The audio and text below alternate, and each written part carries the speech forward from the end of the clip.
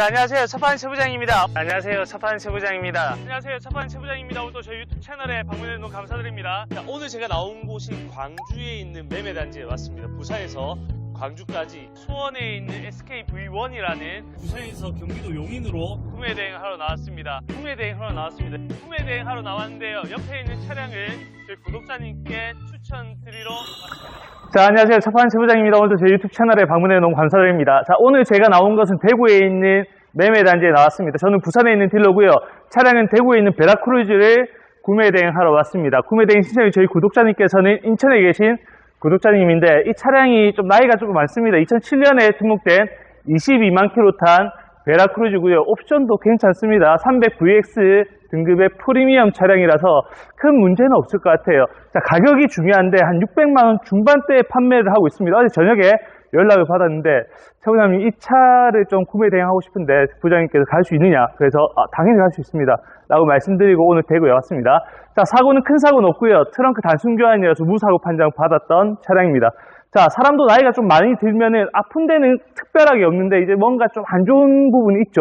제가 생각했을 때는 이 차가 약간 그런 것 같습니다. 이제 나이도 많고 주행거리가 많으니까 정확한 아픈 곳에 병명은 없어요. 근데 이제 딱 보니까 한두 군데가 이제 골병이 되기 시작하는 그런 느낌입니다. 그렇다고 문제가 되는 거 아닙니다. 큰 돈 들여서 새 차로 만들 필요도 없습니다. 금액대가 600만원대라서 좀 저렴하게 나온 것도 있고, 그래서 제가 느끼기에 개인적으로 어떤 차량 상태인지를 꼼꼼하게 점검해서 저희 인천에 계신 구독자님께 차량 상태를 꼼꼼하게 안내해 드리겠습니다. 하체 점검부터 하러 출발해 볼게요. 자, 오늘 점검할 베라크루즈 차량이고요. 2007년에 주행거리 22만 킬로 주행했습니다. 600만원대 차량이라서 가격도 좀 저렴하고, 하체 점검부터 한번 해보겠습니다. 우선 뒤에 타이어가 30% 미만으로 남았습니다.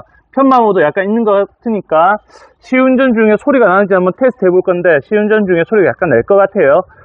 뒷타이어는 교체 주기가 됐고요. 구입하시면은 1년 안에 교체를 하시면 됩니다. 자, 뒤에 캘리퍼가 하나 교체됐고요. 이쪽 캘리퍼인데 디스크랑 너클은 괜찮아요. 그래서 간단하게 소모품 교체 정도로만 이해하시면 돼요. 이 캘리퍼 교체 주변으로 다른 부품이 교체되어 있으면 사고 때문에 교체됐다 의심을 할 수 있는데, 이거는 단순하게 반짝반짝거리는 캘리퍼 하나만 교체가 되어 있습니다. 반대쪽 보시면은 캘리퍼 교체가 없죠.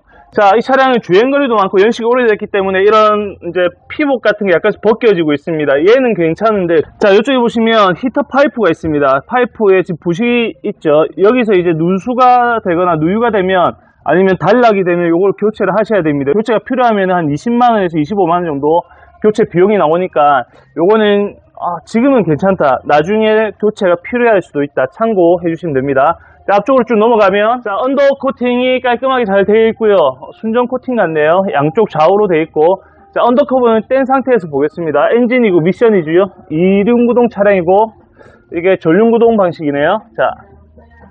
자, 가장 많이 새는 게 조인트였죠. 조인트는 한번 터졌던 것 같아요. 조인트 터진 흔적이 여기 밑으로 쭉 다 있죠. 자, 이런 그리스 튄 흔적들이 조인트를 터져서 돌면서 났던 흔적들입니다. 지금은 괜찮고요. 자, 반대쪽 조인트도 이너 쪽, 아우터 쪽 모두 괜찮습니다.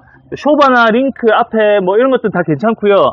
문제는 이제 파워 호수 쪽, 요거 갈았네요. 위쪽에서 나오는 파워 파이프를 교체를 하셨습니다. 그 주변에 이제 묻어 있죠. 이게 파워 호수가 샜던 흔적이고요. 아래쪽에 가장 긴 라인으로 해서 파워 호수는 교체를 한 흔적은 없습니다. 근데 터지진 않았고요. 오무겨에서 나왔던 파이프들도 누유 흔적은 없어요. 다행히 없습니다. 자, 엔진과 미션 사이에 보시면 약간의 누유 흔적은 있죠. 솔직히 말씀드리면 22만 킬로 주행하고 이 정도 흔적이 없는 차들이 좀 더 이상한 거고요. 굉장히 미세합니다. 새는 건 맞아요. 상부 1펜 쪽에서 엔진하고 미션 붙는 요 사이에서 약간 나오는 것 같은데 전혀 신경 쓰실 필요는 없습니다. 굉장히 양호한 상태라고 볼 수 있고, 차량 앞쪽에 있는 인터쿨러 파이프인데요. 인터쿨러 파이프는 이제 약간 유증기가 나오는 정도, 여기 제일 많이 새는데 교체 비용도 싸요. 한 8만원, 10만원 정도밖에 안 하니까 앞쪽에는 아직 새지는 않습니다. 약간 유증기만 나오는 상태라서 이것도 괜찮고요. 뭐 연식이 있으니까 이런 녹 같은 부분도 괜찮은데, 라디에이터에 꼽히는 이런 볼트 부분 같은 경우에는 나중에 터질 가능성이 있는데 뭐 신경 안 써도 될 것 같습니다. 양호합니다. 자, 에어컨 컴프 한 번도 안 바꾸셨고 미미도 안 바꾸셨는데 새는 거 없고요. 에어컨도 시원하게 잘 나왔거든요. 그래서 제 생각에는 하체 쪽은 크게 뭐 문제는 없을 것 같아요. 이 차를 들고 카센터를 가셔도 아마 비슷한 이야기를 들을 것 같습니다. 자, 뒤에 브레이크 라이닝은 한 70%, 80% 남았고요. 앞에 브레이크 라이닝은 교체 주기가 됐습니다. 앞에 타이어도 한 40% 정도밖에 안 남았고요. 앞뒤 타이어가 이제 한 1년 안에는 교체를 하셔야 될 것 같습니다. 자, 가장 앞쪽에 부동액부터 보면 부동액은 교체한 지 얼마 안 되셨습니다. 그래서 부동액 4만 킬로 뒤에 교체하시고요. 엔진 오일은 교체한 지가 2,000킬로 밖에 되지 않아서 앞으로 3,000킬로 더 타시고 교체하시면 됩니다. 자, 뒤쪽 브레이크 라이닝은 새 건데 앞쪽이 30% 미만 남았기 때문에 브레이크 오일은 보충하지 마시고 브레이크 오일 한번 교체하실 타이밍이고요. 배터리 자체가 배터리 교체한 지 얼마 안 되신 것 같아요. 배터리는 그대로 쭉 사용하시면 됩니다. 파워 오일 자체가 아까 호수 교체하시면서 교체를 하신 것 같아요. 그래서 파워 오일은 그대로 놔두시고요. 가장 중요한 연료 필터죠. 디젤차 연료 필터 2만 킬로마다 교체해 주셔야 되는데 요거는 구입하시고 바로 교체하시면 됩니다. 금액이 12만원 정도 나올 것 같습니다.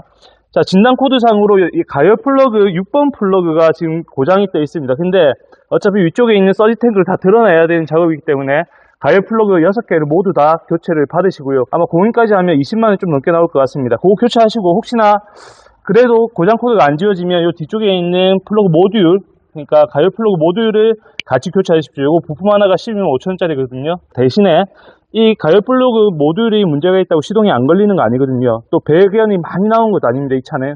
그래서 이대로 그대로 놔두셔도 크게 관계는 없다 말씀을 드리고, 베라크루즈 자체가 고질병이 있죠. 오일필터 하우징 근처에 오일 흔적이 있을 겁니다. 근데 이 차는 굉장히 양호한 편입니다. 밑에 유증기만 약간 묻어 있는 상태고 오일이 많이 고여 있진 않아요. 이쪽에 약간 이쪽 말고는 그래서 제가 이때까지 본 차량 중에는 이 정도면 굉장히 양호한 편이다. 근데 누유는 있기 때문에 앞으로 지켜봐야 된다. 이 차 30만 킬로 돼서도 이 정도 상태일 수도 있습니다. 자, 오늘 확인할 베라크루즈 외관 상태부터 한번 보겠습니다. 외관 정도 보시면 앞에 헤드램프 워셔가 있죠. 헤드램프 워셔 있으면 등급이 좀 높은 등급의 차량입니다. 여기 있죠. HID 헤드램프 장착되어 있고요. 색상이 검은색 차량입니다. 주행거리가 많은 차의 특징이 본네트에 이런 돌빵이 많다는 거, 그죠?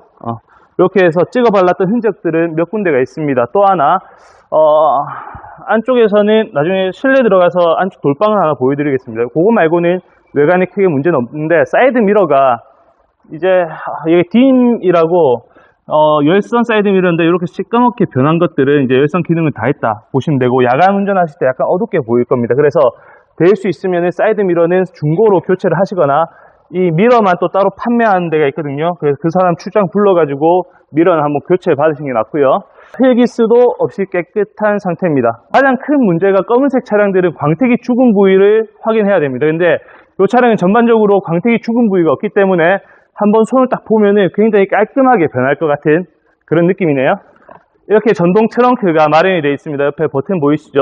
트렁크 단순 교체 차량인데 볼트 풀림이 있죠. 근데 양쪽 핸다 쪽은 교체 부위가 없네요. 도색만 한번 들어갔었어요. 그래서 운전석보다는 조수석 쪽으로 아마 트렁크랑 같이 해서 교체가 판금이 들어갔고, 이쪽은 아마 교체가 들어갔을 겁니다. 도색만 있다고 보시면 돼요. 자, 트렁크의 웨더 스트랩을 떼보시면 베라크루즈는 특히 뒤쪽에 리어 패널에 부식이 난 차량이 유독 많습니다. 근데 이 차량은 부식이 없네요. 그래서 차체 부식은 안쪽까지도 없는 차량이고, 뒤쪽에 7인승짜리 차량입니다. 7인승 한번 시트를 열어보면 3열까지도 이렇게 시트가 깨끗합니다. 가끔 3열 시트가 갑자기 뭐 찢어진다거나 그런 불상사가 있기 때문에 버릇처럼 3열 시트를 좀 열어봤는데 괜찮습니다. 자, 베라크루즈 2열은 뒤에 리클라인 기능이 있기 때문에 뒤에 등받이가 굉장히 뒤로 많이 눕습니다. 이게 바로 세워진 모습이고요. 이 정도까지 눕습니다. 그래서 2열을 타시는 분들은 굉장히 편안하게 차를 타실 수가 있습니다. 실내 설명 바로 드릴까요? 600만원 중반대에 22만 킬로 탄 베라크루즈입니다. 실내 상태는 그래도 전차주분께서 수리를 좀 해두셨고, 이 차를 가지고 온 딜러님께서도 손을 좀 보셨던 모양입니다. 자, 도어 트리 보시면 손잡이가 너덜너덜하죠. 원래는 굉장히 얇은 레자로 씌워져 있었는데 요거는 교체를 해두셨네요.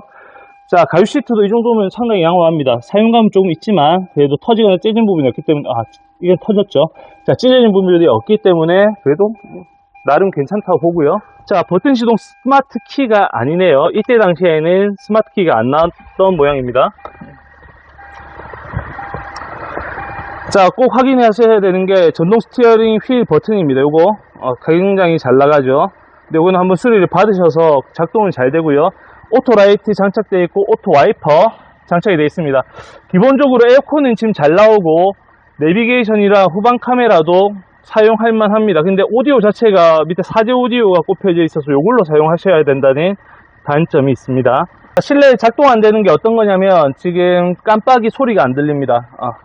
이렇게 해도 깜빡이 소리가 안 들리죠. 그 다음에 비상 깜빡이를 넣어도 깜빡이 소리가 안 들립니다. 이게 지금 이 타입 자체가 릴레이가 문제가 있으면 좀 저렴하게 수리가 되고요. 센터 스피커가 좀 안 좋으면 스피커를 교체하셔야 되는데 아마 릴레이일 겁니다. 릴레이를 한번 교체해 보시는 게 가장 좋을 것 같고요.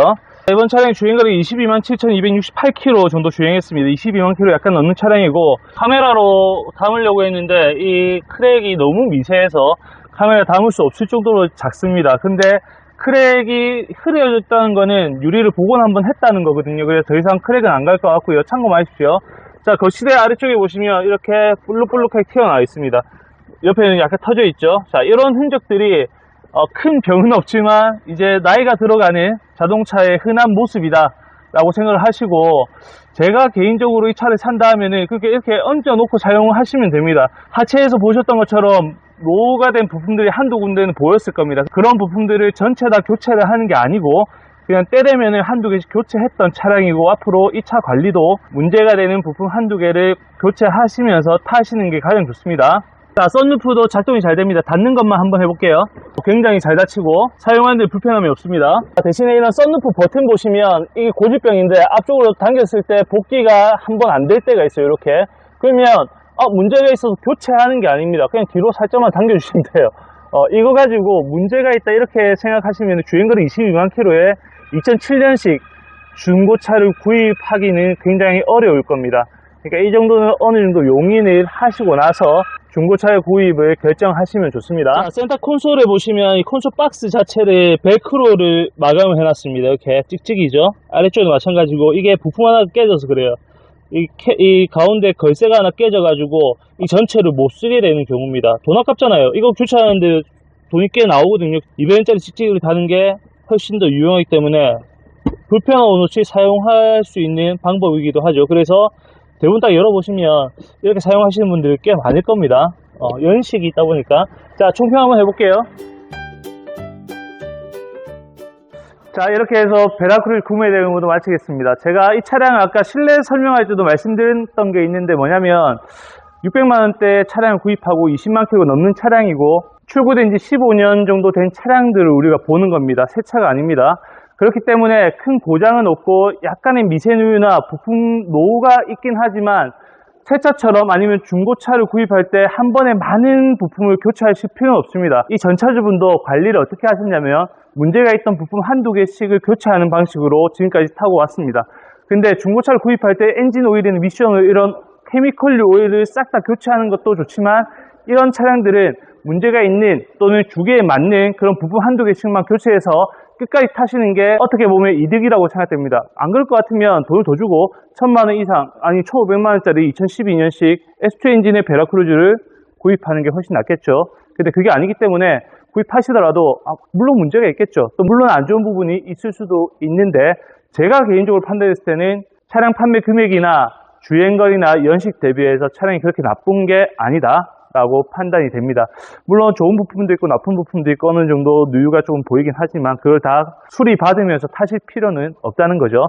자, 구매 대행 의뢰해주신 저희 구독자님께 다시 한번 감사드리고 인천에 계신다 했죠. 이런 내용을 우선 전화나 아니면 사진부터 한번 꼼꼼하게 설명을 드리고 구입을 할지 말지는 저희 인천에 계신 구독자님이 결정하시기 때문에 아마 좋은 결정을 하셨으면 좋겠습니다. 자, 자파한 제보자는 여기까지 말씀드리고요. 궁금하신 차량이 있으면 차량 있는 곳에 가서 차량을 점검하고 있는 내용 그대로 다 말씀드릴 거니까 믿고 구매 대행 신청해 주시기 바랍니다. 자파한 제보장이었습니다.